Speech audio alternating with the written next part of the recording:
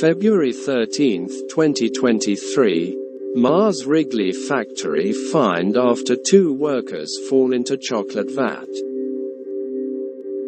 2 workers were rescued when a hole was cut in the bottom of a partly full Mars Wrigley chocolate tank.